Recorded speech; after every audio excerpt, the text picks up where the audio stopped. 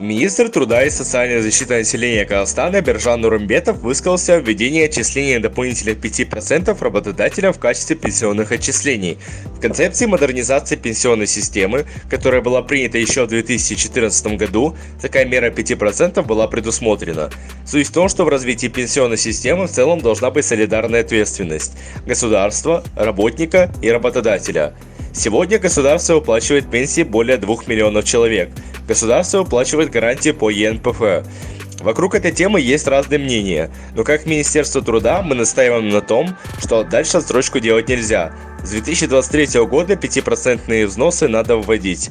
Мы согласны вводить поэтапно, и этот вопрос будет предметом обсуждения в рабочей группе, сказал Нурымбетов. Далее он высказался относительно минимальной гарантированной пенсии. Ее ввод также был прописан в концепции модернизации пенсионной системы. Это важно, потому что с 1998 года мы перешли на накопительную пенсионную систему. И сегодня солидарную пенсию, которую выплачивает государство, получают граждане, которые наработали хотя бы полные 6 месяцев стажа до января 1998 года. Таких людей с каждым годом все меньше. Потихоньку солидарная составляющая будет сворачиваться. Поэтому в 2043 году теоретически не будет людей, которым будет назначаться трудовая пенсия именно от государства.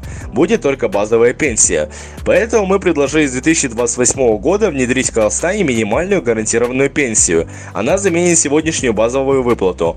Мы предлагаем, чтобы минимальная гарантированная пенсия была у тех, у кого менее 5 лет стажа, как минимум 70% от прожиточного минимума. И дальше рост до полного прожиточного минимума, сказал министр.